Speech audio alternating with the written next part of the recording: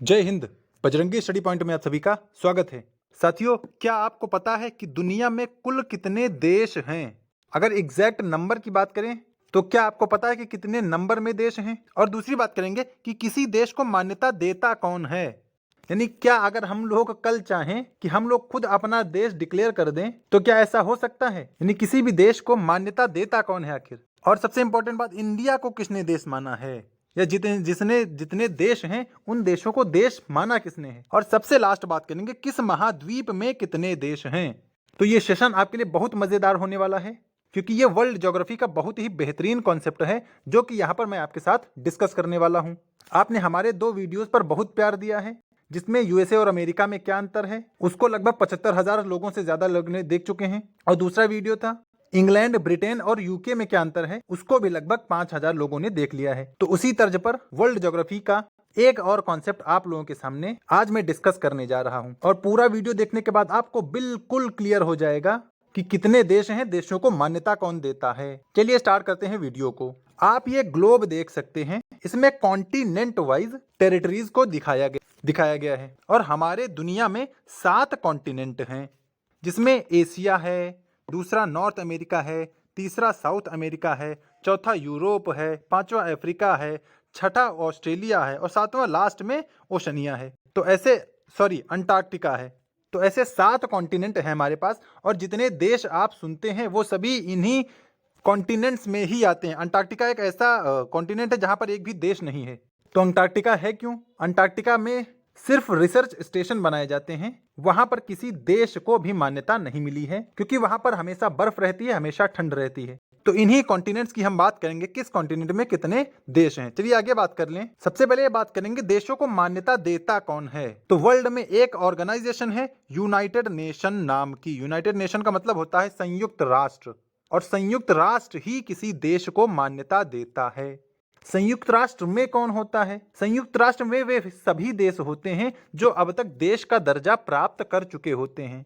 तो इसका मतलब जितने देश अब तक देश का दर्जा प्राप्त कर चुके हैं वो सभी देश मिलकर एक नए देश को देश की मान्यता देते हैं। लेकिन वो सभी एक जगह बैठते हैं, उसी को यूनाइटेड नेशन बोला जाता है।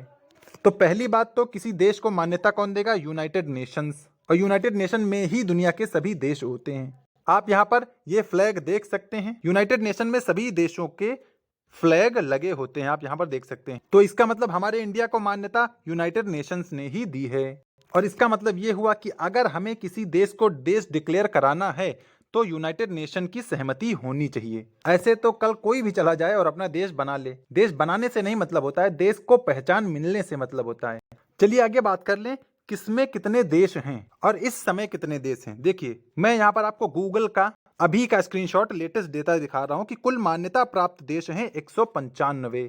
यानी इस समय विश्व में देशों की संख्या 195 है और संयुक्त राष्ट्र के सदस्य देश 193 हैं। इन दोनों में क्या फर्क है? देखिए, संयुक्त राष्ट्र ने जिनको देश माना है वो 193 ही हैं। तो बाकी 2 कहां से आ गए? बाकी 2 ऑब्जर्वर पर्यवेक्षक देश हैं। कौन कौन से? एक तो वेटिकन सिटी, एक फिलिस्तीन यानी पैलेस्टीन। आप इधर इंग्लिश में भी देख सकते हैं। Total recognised countries 195।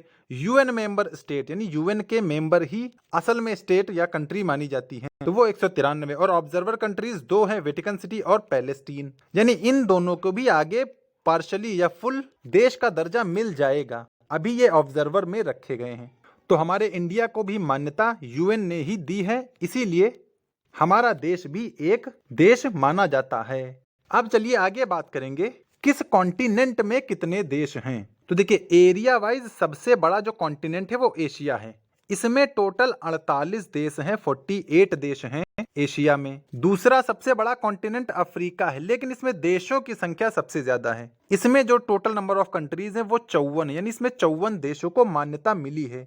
फिर नॉर्थ अमेरिका में 23 देशों को मान्यता मिली है। साउथ अमेरिका में 12 देशों को मान्यता मिली है। यूरोप में 44 देशों को मान्यता मिली है यूनाइटेड नेशंस द्वारा। और फिर ये ऑस्ट्रेलिया या ओशनिया वाला रीजन इधर आता है, इसमें भी 14 देशों को मान्यता दी गई है। और अंटार्कटिका में कोई देश नहीं है, यहाँ पर सिर्फ रिसर्च स्टेशन है। तो इस तरह टोटल नंबर ऑफ कंट्रीज आ जाता है 195। और इसी में वो 2 देश शामिल हैं, वेटिकन सिटी एक यूरोप का देश है और पैलेस्टीन जो यहाँ पे इजराइल के आसपास है, वो अभी ये दोनों ऑब्जर्वर हैं। और अगर कोई एक देश बन जाता, उसकी खास बातें क्या रहेंगी? तो भैया उसको सबसे पहले उसका नेशनल फ्लैग मिलेगा। दूसरा, वहां की एक सरकार होगी जो अन्य देशों से ट्रेड डील या और सारी डीलें करेगी, है ना। वो चाहे डिफेंस डील हो, चाहे मैरीटाइम डील हो, चाहे इकोनॉमिक डील हो, वो सारी डीलें सरकार आपस में करती हैं। तीसरा ये होता है कि देश अगर कोई है तो वहां की कुछ ना कुछ ऑफिशियल लैंग्वेज होती है। चौथी, किसी देश की ऑफिशियल करेंसी होती है कि वो करेंसी हर जगह मान्य होगी। और सबसे बड़ी बात कि एक देश के राजदूत दूसरे देशों में जाते हैं, जिन्हें एम्बेसडर बोला जाता है। तो अलग अलग देशों के एम्बेसडर अलग अलग देशों में रुकने के लिए जाते, ताकि वहां से अपने देश की बात रख सकें। ठीक है भाई, तो अब आप सबको लगभग क्लियर हो गया होगा कि दुनिया का सर्वे सर्वा कौन है। तो दुनिया का सर्वे सर्वा यूनाइटेड नेशन है, संयुक्त राष्ट्र। यही सभी देशों को मान्यता देता है और यही किन्हीं दो देशों के डिस्प्यूट को या विवाद को, झगड़ों को भी सुलझाता है। तो यूनाइटेड नेशन बहुत ही इंपॉर्टेंट ऑर्गेनाइजेशन है वर्ल्ड लेवल पर। ये टॉप लेवल की संस्था है जो कि इस समय देशों को रेगुलेट कर रही है। हालांकि ये किसी देश के इंटरनल मैटर में इंटरफेयर नहीं करती है, लेकिन फिर भी बहुत सारी चीज इसके द्वारा कंट्रोल की जाती हैं। तो यूनाइटेड नेशन बहुत बड़ी संस्था है, यही सभी देशों को मान्यता देता है। इसी के हिसाब से सभी देश दूसरे देश को मान्यता देते हैं।